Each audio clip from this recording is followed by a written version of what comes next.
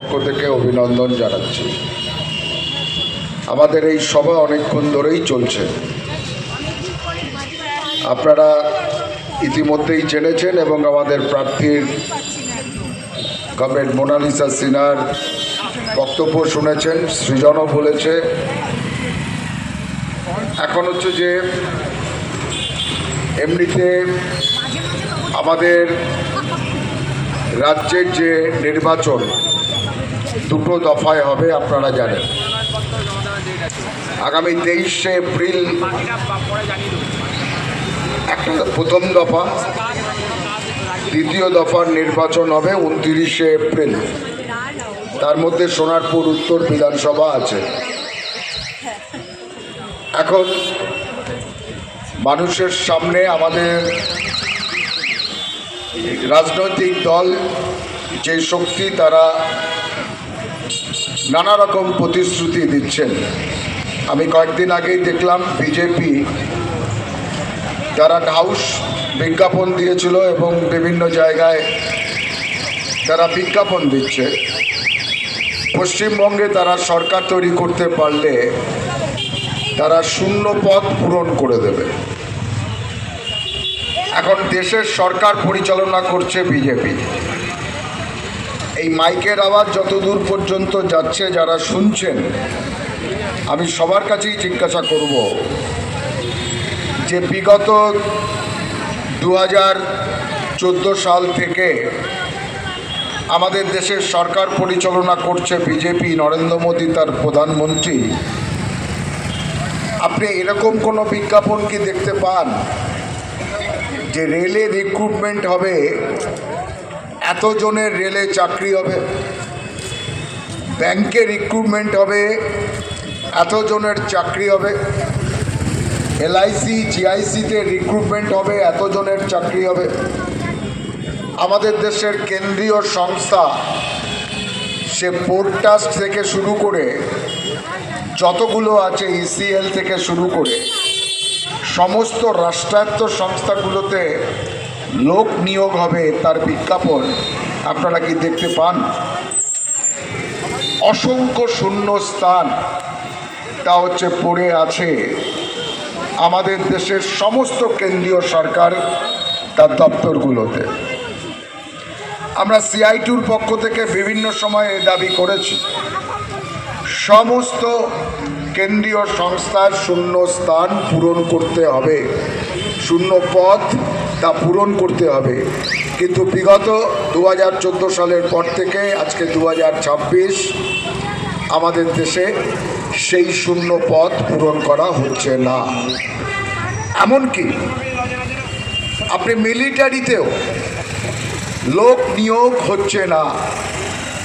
সেখানে অগ্নিবীর নাম দিয়ে ওই সিভিক মিলিটারি তা করবার চেষ্টা হচ্ছে।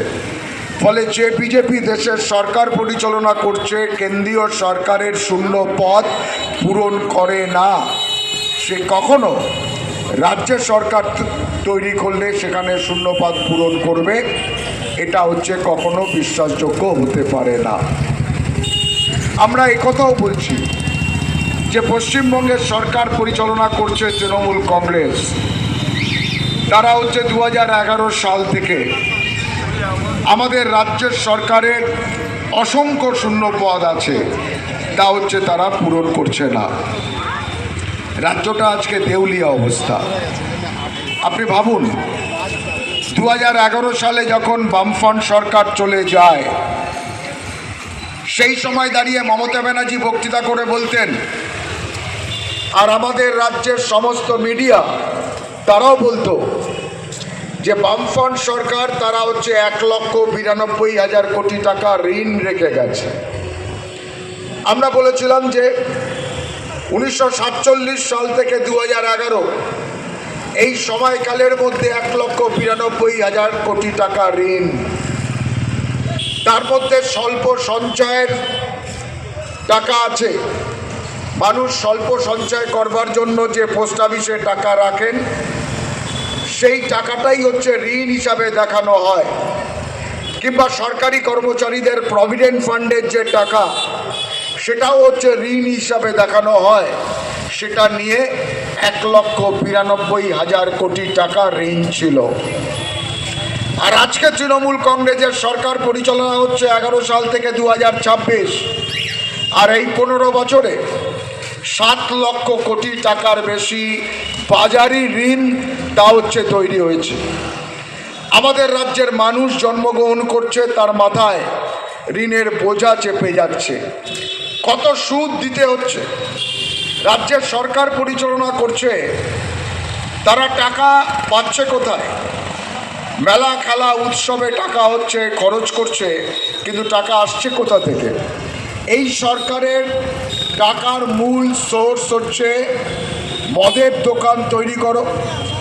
21,000-এর বেশি মদের দোকান করেছে। মদ থেকে হচ্ছে টাকা আসছে, আর হচ্ছে ধার করা টাকা। একদিকে ধার করা টাকা, উল্টো দিকে হচ্ছে মদের দোকান থেকে টাকা। এই দুটো টাকা নিয়ে হচ্ছে এই সরকার পরিচালনা করছে, এবং তাতে মেলা খেলা উৎসব করে টাকা খরচ করছে। কোনো রকমভাবে কোনো বুনিয়াদি কাজ, উন্নয়ন বলতে যেটা বোঝায়, তা হচ্ছে আমাদের রাজ্যে আমাদের হচ্ছে না। আপনি বলুন, আমাদের অভিজ্ঞতার মধ্যে কি আছে? পশ্চিমবঙ্গে 15 বছর সরকার চালাচ্ছে তৃণমূল কংগ্রেস, একটাও বিদ্যুৎ প্রকল্প 15 বছরে তৈরি হয়নি। যা বামফ্রন্ট সরকার তৈরি করেছিল, সে বক্রেশ্বর হতে পারে, সে আমাদের সাঁওতাল ডিহির প্রজেক্ট হতে পারে, সে আমাদের পূজালিতে বিদ্যুৎ কেন্দ্র হতে পারে, আমাদের সাগরদিঘির বিদ্যুৎ কেন্দ্র হতে পারে। এই সমস্ত বিদ্যুৎ উৎপাদন কেন্দ্র যা বামফ্রন্ট সরকার তৈরি করেছিল, পশ্চিমবঙ্গে বিগত 15 বছরে একটাও কোনো বিদ্যুৎ কেন্দ্র তৈরি হয়নি। আপনি দেখবেন, বুনিয়াদি কাজ বলতে যা বোঝায়, আমাদের রাজ্যে কোনো শিল্প কল কারখানায় 15 বছরে গড়ে ওঠেনি। নতুন করে অসংখ্য কারখানা বন্ধ হয়েছে। যা পুরনো কলকারখানা ছিল, যা পশ্চিমবঙ্গে বামফ্রন্ট সরকার তিল তিল করে তৈরি করেছিল, হলদিয়া পেট্রোকেমিক্যালস, পশ্চিমবঙ্গে বামফ্রন্ট সরকার তৈরি করেছিল যে সেক্টর 5 আমাদের ইলেকট্রনিক কমপ্লেক্স সল্ট লেক, যা পশ্চিমবঙ্গে বামফ্রন্ট সরকার তৈরি করেছিল, সেই সমস্ত কারখানা একটার পর একটা চলে যাচ্ছে। পশ্চিমবঙ্গে আজকে পরিযায়ী শ্রমিক, কয়েক কোটি পরিযায়ী শ্রমিক, যারা ভারতবর্ষের বিভিন্ন রাজ্যে তারা কাজ করতে যাচ্ছেন। আপনি দেখবেন আমাদের রাজ্যের গ্রামগুলো পুরুষ শূন্য হয়ে যাচ্ছে। 20 বছর, 22 বছর, 24 বছর, 25 বছরের ছেলেমেয়েরা তারা আর আমাদের রাজ্যে নেই, তারা বাইরে চলে যাচ্ছে। আমাদের শহরগুলো বৃদ্ধাশ্রম হচ্ছে। বাড়িতে হচ্ছে এক মেয়ে এক ছেলে, বাইরে চলে যাচ্ছে, ব্যাঙ্গালোর চলে যাচ্ছে, তারা চেন্নাই চলে যাচ্ছে, ত্রিভান্দ্রাম চলে যাচ্ছে। পশ্চিমবঙ্গে কোনো কলকারখানা নেই, কাজ নেই। উল্টো দিকে সরকারি ব্যবস্থায় যেখানে চাকরির সুযোগ ছিল, সেগুলো হচ্ছে বন্ধ করে দেওয়া হয়েছে। এসএসসি টেট থেকে শুরু করে ভয়ঙ্কর দুর্নীতি, একটাও হচ্ছে এসএসসি তারা চাকরি হচ্ছে দিতে পারলো না। পশ্চিমবঙ্গে বামফ্রন্ট সরকারের আমলে আমরা তো 10 থেকে 12টা এসএসসি করেছি। প্রতি বছর চাকরি হয়েছে, 10,000 15,000 শিক্ষকের চাকরি হয়েছে, একটাও তো মামলা হয়নি, কোনো অসুবিধা হয়নি। আমরা টেট করেছি, কোনো অসুবিধা হয়নি।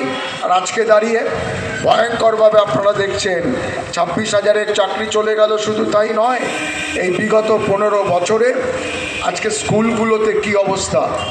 স্কুলগুলোতে একজন টিচার, এরকম অসংখ্য স্কুল, 8,500-এর বেশি স্কুল বন্ধ হয়ে গেছে। আমাদের হাই স্কুল, আমাদের প্রাইমারি স্কুল, আমাদের কলেজ, ইউনিভার্সিটি কি অবস্থা। আজকে যাদবপুর বিশ্ববিদ্যালয়ের মতো বিশ্ববিদ্যালয়, সেখানে হচ্ছে সিট ফাঁকা, ভর্তি হচ্ছে না, ড্রপ আউট হচ্ছে। 11 সালে পশ্চিমবঙ্গে মাধ্যমিক পরীক্ষা দিয়েছিল 10.5 লক্ষর বেশি ছাত্রছাত্রী, আর আজকে এই 2026-এ মাধ্যমিক পরীক্ষা দিয়েছে 9.5 লক্ষ। আপনি দেখুন এই 15 বছরে জনসংখ্যা বেড়েছে, অথচ মাধ্যমিক পরীক্ষার্থী বাড়ছে না, ড্রপ আউট হচ্ছে। ওরা বলছে কন্যাশ্রীর কথা, ওরা বলছে যুবসাথীর কথা, ওরা বলছে বিভিন্ন প্রকল্পের কথা। আমরা বলছি কন্যাশ্রীর কি করুণ দশা। আমাদের রাজ্যে ভয়ঙ্করভাবে সেই অল্প বয়সী মেয়েদের বিয়ে হয়ে যাচ্ছে, বালবিবাহ বেড়ে গেছে, যা পশ্চিমবঙ্গে বামফ্রন্ট সরকারের আমলে কেউ কখনো কল্পনা করতে পারতো না। তা হচ্ছে পশ্চিমবাংলায় আজকে অল্প বয়সে মেয়েদের বিয়ে হয়ে যাচ্ছে। আমরা দেখছি স্কুল ছুট হচ্ছে ভয়ঙ্করভাবে, একটা ভয়ঙ্কর পরিবেশ পশ্চিমবাংলায়। উল্টো দিকে ধর্মের নামে রাজনীতি তা হচ্ছে এবং ভয়ঙ্করভাবে যা দুর্নীতি হচ্ছে। আমি কয়েকদিন আগে শুনছিলাম একটি গ্রামে স্পোর্টস রয়েছে এবং সেই স্পোর্টসে সেখানে অনেক ছেলে মেয়ে তারা স্পোর্টসে নাম দিয়েছে। সেই স্পোর্টসে 100 মিটার দৌড় হচ্ছে, মিউজিক্যাল চেয়ার হচ্ছে, বিভিন্ন ধরনের ইভেন্ট হচ্ছে। শেষের দিকে একটা মজার ইভেন্ট করেছে গ্রামের ছেলেমেয়েরা, সেটা হচ্ছে যে রসগোল্লা খাওয়ার প্রতিযোগিতা। 1 হাঁড়ি করে রসগোল্লা, কে কত বেশি রসগোল্লা খেতে পারবে তাতে পুরস্কার দেওয়া হবে। 100 জনের নাম নথিভুক্ত হয়েছে রসগোল্লা খাওয়ার প্রতিযোগিতায়। আর সেই স্পোর্টসের প্রধান অতিথি হিসাবে এসছে তৃণমূলের নেতা, পঞ্চায়েতের প্রধান। আর সেই পঞ্চায়েতের প্রধান তৃণমূলের নেতা স্পোর্টসে তিনি প্রধান অতিথি হিসেবে এসে যখন দেখছেন রসগোল্লা খাওয়ার প্রতিযোগিতা হচ্ছে, তিনি উদ্যোক্তাদের ডেকে বলছেন যে আমিও নাম দেব, আমিও এই প্রতিযোগিতায় অংশগ্রহণ করব। উদ্যোক্তারা বললেন যে 100 জন নাম দিয়েছে, আপনাকে নিয়ে 101 জন হবে, ঠিক আছে প্রতিযোগিতা হোক। কিন্তু যখন প্রতিযোগিতা শুরু হতে যাচ্ছে 100 জন বলল যে আমাদের নাম আমরা তুলে নিচ্ছি, আমরা এই প্রতিযোগিতায় অংশগ্রহণ করব না। সেই প্রধান, তৃণমূলের প্রধান সবাইকে ডেকে বলছে যে প্রতিযোগিতা শুরুই হলো না আর তোমরা নাম তুলে নিলে, তোমরা নাম তুলে নিলে কেন? সেই প্রতিযোগীরা বলছে যে আপনি তৃণমূলের নেতা, আপনি প্রধান, আপনি বালি খেতে পারেন, কয়লা খেতে পারেন, স্টোনচিপ খেতে পারেন, রাজ্যটাকে খেয়েছেন তৃণমূলীরা, আপনার কাছে 1 হাঁড়ি রসগোল্লা কোনো বিষয় না, ফলে আপনার সাথে প্রতিযোগিতায় পারবো না, প্রতিযোগিতায় নাম আমরা উইথড্র করে নিলাম। বাজারে মানুষ হাসি ঠাট্টা করে, গোটা তৃণমূল দল একটা লম্পটদের দল, নিচ থেকে মাথা পর্যন্ত সব চুরি দুর্নীতিতে। মানুষ চাইছেন এই সরকারটাকে পরিবর্তন করতে, বদলে দিতে চাইছে। সৃজন বলছিল যে অনেকে ভেবেছেন যে বিজেপিকে দিয়েই তৃণমূলকে টাইট দেওয়া যাবে। আমি আপনাদের কাছে বলবো, আমরা 16 সালের নির্বাচনের সময় বলেছিলাম বিজেপিকে দিয়ে তৃণমূলকে টাইট দেওয়া যাবে না। আমরা 21 সালের নির্বাচনের সময় বলেছিলাম বিজেপিকে দিয়ে তৃণমূলকে টাইট দেওয়া যাবে না। আমরা 22 সালের পঞ্চায়েতের নির্বাচনের সময় বলেছিলাম বিজেপিকে দিয়ে তৃণমূলকে টাইট দেওয়া যাবে না। আমরা 24 সালের লোকসভা নির্বাচনের সময় বলেছিলাম বিজেপিকে দিয়ে তৃণমূলকে টাইট দিতে পারবেন না, ওটা প্যাচ কাটা নাট, আপনি যতই টাইট দেওয়ার চেষ্টা করেন টাইট আর হবে না, ওটা প্যাচ কাটা নাট। তার কারণ আরএসএস, রাষ্ট্রীয় স্বয়ংসেবক সংঘ, তারা বিভিন্ন সময় বিভিন্ন রাজনৈতিক দলের জন্ম দেন।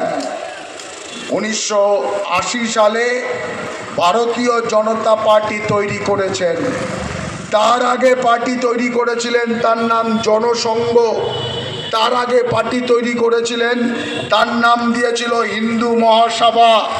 তারা গবেষণা করে দেখেছে যে পশ্চিম বাংলা এমন একটা রাজ্য, এ রাজ্যে আরএসএস তার জায়গা তৈরি করতে পারছে না। আরএসএস বিশ্ব হিন্দু পরিষদ দিয়ে পশ্চিম বাংলায় জায়গা তৈরি করতে পারেনি। আরএসএস হিন্দু মহাসভা তৈরি করেছে, কিন্তু পশ্চিম বাংলায় জায়গা তৈরি করতে পারেনি। 1980 সালে বিজেপি তৈরি করেছে, কিন্তু পশ্চিম বাংলায় একটা কাউন্সিলর জেতাতে পারেনি, একটা এমএলএ তৈরি করতে পারেনি, একটা এমপি তৈরি করতে পারেনি। সেই আরএসএস গবেষণা করে দেখেছে কেন পশ্চিম বাংলায় হচ্ছে না। 1925 সালে আরএসএস তৈরি হয়েছে, 1980 সালে বিজেপি তৈরি হয়েছে, উত্তরপ্রদেশের সরকার তৈরি করতে পারলো, মধ্যপ্রদেশে পারলো, বিহারে তারা এমপি তৈরি করতে পারলো, মহারাষ্ট্রে তৈরি করতে পারলো, কিন্তু বাংলায় কেন হচ্ছে না? তারা গবেষণা করে দেখেছে বাংলায় বামফ্রন্ট সরকার আছে, বাংলায় সিপিআইএম পার্টি আছে, বাংলায় চৈতন্যদেব জন্মেছে, বাংলায় রামকৃষ্ণদেব জন্মেছে, যত মত তত পথের কথা বলেছিল। বাংলায় বিবেকানন্দ জন্মেছে, বাংলায় নেতাজি সুভাষচন্দ্র বসু বলেছিলেন, শ্যামাপ্রসাদ মুখার্জিরা যারা হিন্দু মহাসভা করে, যারা ধর্মের ভিত্তিতে রাজনীতি করে, তাদের উপরে মানুষকে তারা হুঁশিয়ারি দিয়ে নেতাজি সুভাষচন্দ্র বসু বলেছিলেন এদের ফাঁদে পা দেবেন না, এরা ধর্ম নিয়ে রাজনীতি করে, বাংলায় এদের জায়গা হবে না। এবং সেই সময় থেকে বাংলায় এরা জায়গা করতে পারেনি, কারণ বাংলার মানুষ তারা তেভাগার আন্দোলন করেছে, হিন্দু মুসলমান একসাথে। বাংলার মানুষ তারা খাদ্যের দাবিতে আন্দোলন করেছে, হিন্দু মুসলমান একসাথে। বাংলার মানুষ তারা আলী আকবর খাঁ আর পণ্ডিত রবিশঙ্করের মধ্যে কাউকে আলাদা করতে শেখেনি। বাংলার মানুষের হৃদয়ে রয়েছে রবীন্দ্রনাথ, চেতনায় রয়েছে কাজী নজরুল ইসলাম। সকালবেলা ঘুম থেকে উঠে যখন গির্জার ঘণ্টার ধ্বনি শুনতে পায়, বুঝতে পারে সকাল হয়েছে। দূরে কোথাও দুপুরবেলা যখন আজানের শব্দ শুনতে পাই, আমরা বুঝতে পারি মধ্যাহ্ন হয়েছে। আর সন্ধ্যাবেলায় তুলসী তলায় মা বোনেরা প্রদীপ জ্বালায়, শঙ্খের ধ্বনির মধ্য দিয়ে বুঝতে পারি সন্ধ্যা হয়েছে। এই হচ্ছে বাংলা। এখানে সৌরভ গাঙ্গুলি আর আজহারউদ্দিনের মধ্যে ফারাক করতে শেখেনি বাংলার মানুষ। তাহলে এই বাংলায় পদ্ম ফুল ফোটানো যাবে না, ধর্মের ভিত্তিতে রাজনীতি করা যাবে না, কারণ এখানে কমিউনিস্টরা আছে। এখানে হেইসামালো গান তৈরি করেছেন সলিল চৌধুরী রারদের মতো মানুষজন। এখানে কাজী নজরুল ইসলাম তিনি হচ্ছেন কালী বন্দনা করবার জন্য শ্যামা সঙ্গীত রচনা করেন। বাংলার মানুষের বিয়ে হয়, সেই বিয়েতে বিসমিল্লাহ খানের সানাই বাজে। ফলে এখানে ধর্মের ভিত্তিতে রাজনীতি তা দাঁড়াবে না। তাহলে কি করা দরকার? এখানে কমিউনিস্টদের সরাতে হবে, বামফ্রন্ট সরকারকে সরাতে হবে। যদি কমিউনিস্টদের সরানো না যায়, বামফ্রন্ট সরকারকে সরানো না যায়, তাহলে পাক তৈরি করা যাবে না। পাক তৈরি করতে না পারলে পদ্ম ফোটানো যাবে না। তার জন্য টেন্ডার দিয়েছে মমতা ব্যানার্জিকে। 1998 সালে কংগ্রেস থেকে বের করে নিয়ে এসে আরএসএস তৈরি করেছে তৃণমূল কংগ্রেস। তারা হচ্ছে দিল্লিতে আরএসএসের দপ্তরে বসে লালকৃষ্ণ আদবানি তার লেটার হেডে তারা নির্বাচন কমিশনকে চিঠি দিয়ে বলেছেন তৃণমূল কংগ্রেস আমাদের সিস্টার কনসার্ন, তাকে ঘাসের উপর জোড়া ফুল যেই প্রতীক চিহ্ন দেওয়া হোক।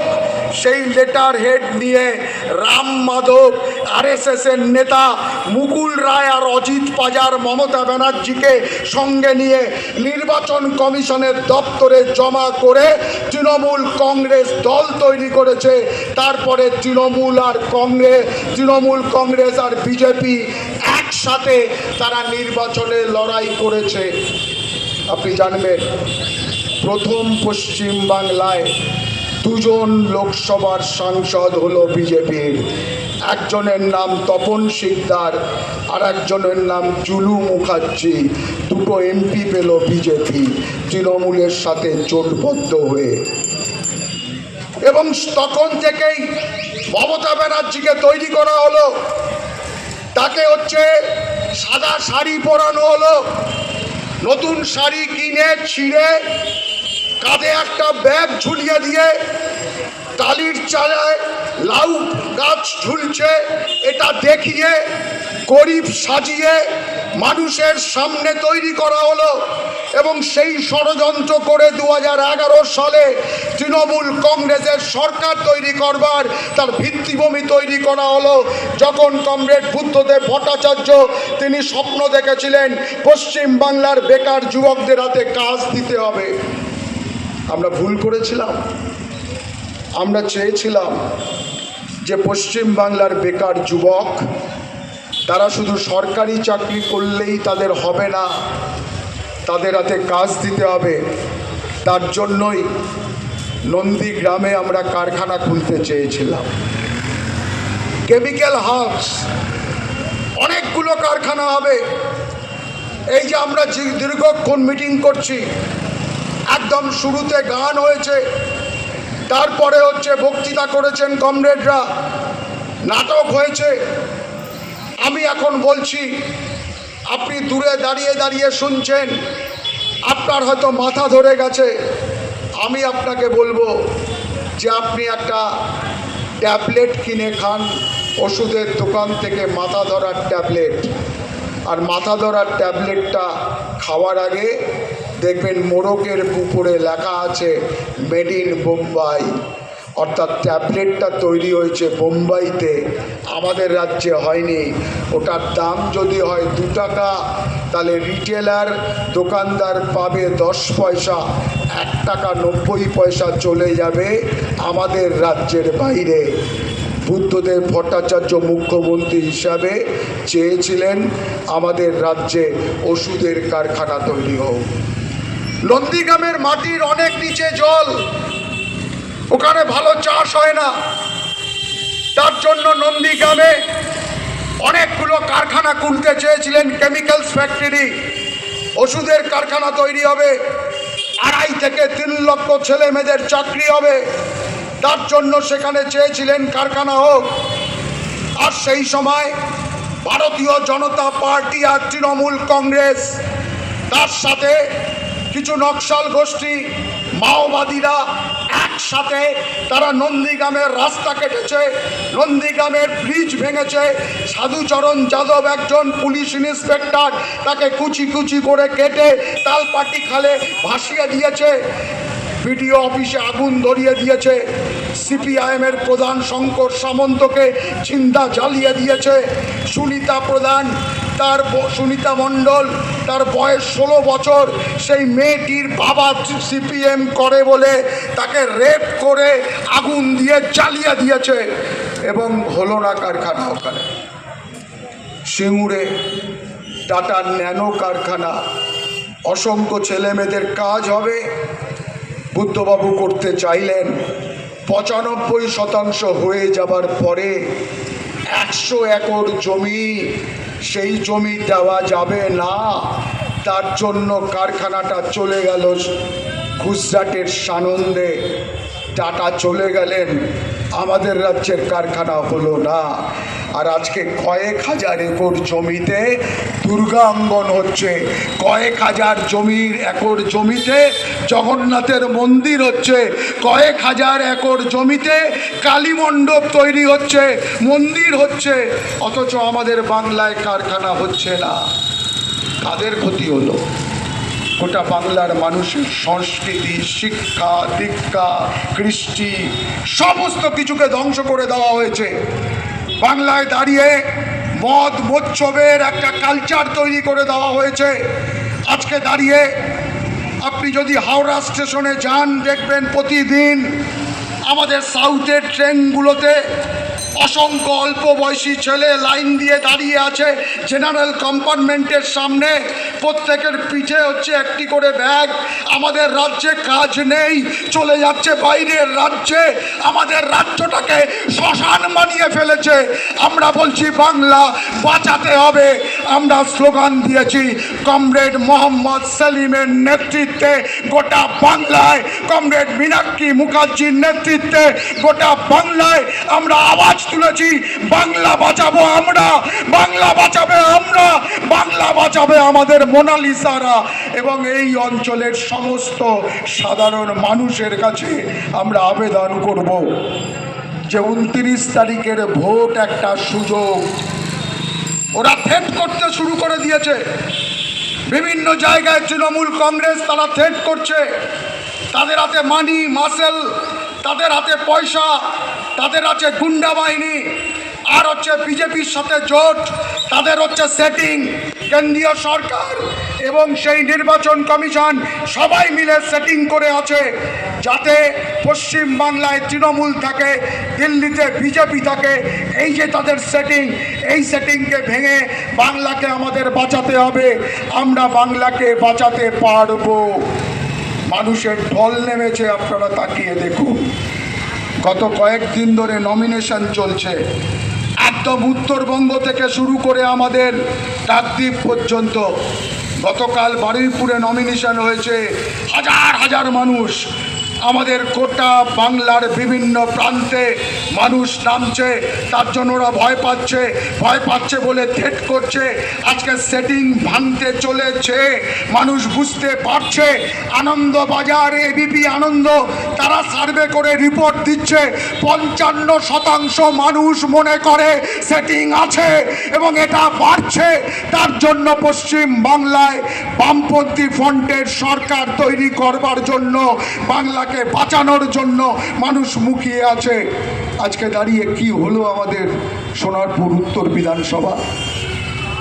আপনি জানেন, আপনি যে বিধানসভার ভোটার, আপনি যে বিধানসভার মাননীয় নির্বাচক মণ্ডলী, একবার চোখ বন্ধ করে ভাবুন, ওয়া মোমোর কারখানায় 30 জন শ্রমিক আগুনে দগ্ধ হয়ে দাউ দাউ করে পুড়ছে। বেরোবার রাস্তা নেই, বেরোবার দরজা বন্ধ বাইরে থেকে। কি ভয়ঙ্কর শোষণ, নির্মম নিষ্পেষণ আমাদের এই উত্তর সোনারপুর উত্তর বিধানসভার অভ্যন্তরে ঘটনা ঘটেছে।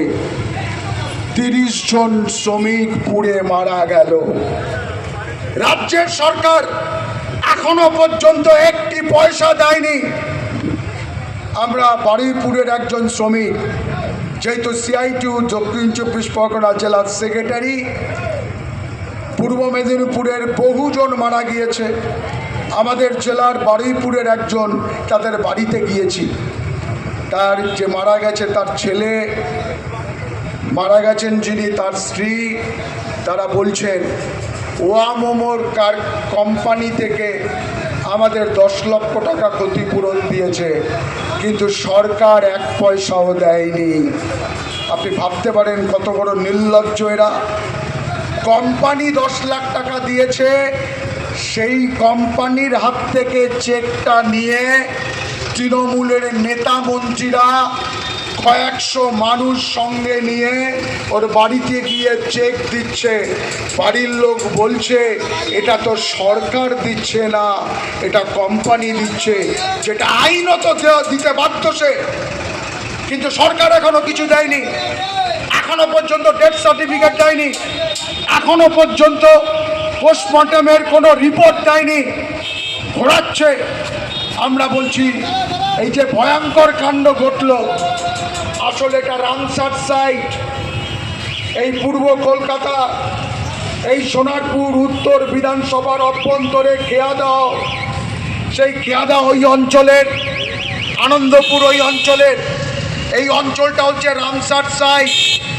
এখানে জলাভূমি ভরাট করা যায় না। 11 সালের পর থেকে জলাভূমি ভরাট করা হয়েছে, সেখানে প্রমোটার রাজ চলেছে, সেখানে কাটমানি হয়েছে। এই এলাকার বিধায়ক থেকে শুরু করে কালীঘাট পর্যন্ত সর্বত্র টাকা পৌঁছেছে। তার জন্য দেখবেন টাকার পরিমাণ বাড়ছে, এদের ফুলে পেঁপে উঠছে।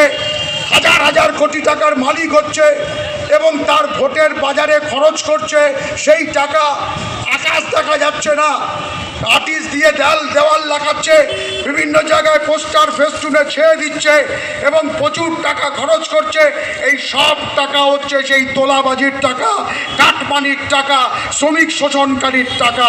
ফলে এই যে অংশ, এদের যদি বিতাড়িত করতে হয়, এদের যদি পরাজিত করতে হয়, সব অংশের মানুষকে এই সংগ্রামে অবতীর্ণ হতে হবে।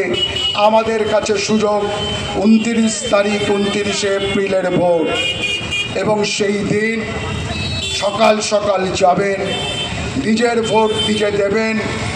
আগামী প্রজন্মের কথা মাথায় রেখে বাংলাকে বাঁচানোর জন্য আমাদের প্রার্থী কমরেড মোনালিসা সিনহা, আমাদের এডিওয়া অর্থাৎ সারা ভারত গণতান্ত্রিক মহিলা সমিতির পশ্চিমবঙ্গ রাজ্য কমিটির সম্পাদিকা, আমাদের সমস্ত মহিলাদের লড়াই সংগ্রামের আন্দোলনের প্রথম সারির নেত্রী কমরেড মোনালিসা সিনহাকে কাস্তে হাতুড়ি তারা চিহ্নে ভোট দিয়ে বাংলাকে বাঁচানোর জন্য যে লড়াই গোটা রাজ্য জুড়ে সাধারণ মানুষ আমরা সবাই করতে চাইছি, সেই লড়াইকে শক্তিশালী করে বামপন্থী ফ্রন্টের সরকার তৈরি করুন। এবং সেই আবেদন রেখে সকলকে অভিনন্দন জানিয়ে শেষ করছে। ইনকলাব জিন্দাবাদ, সিপিআইএম জিন্দাবাদ।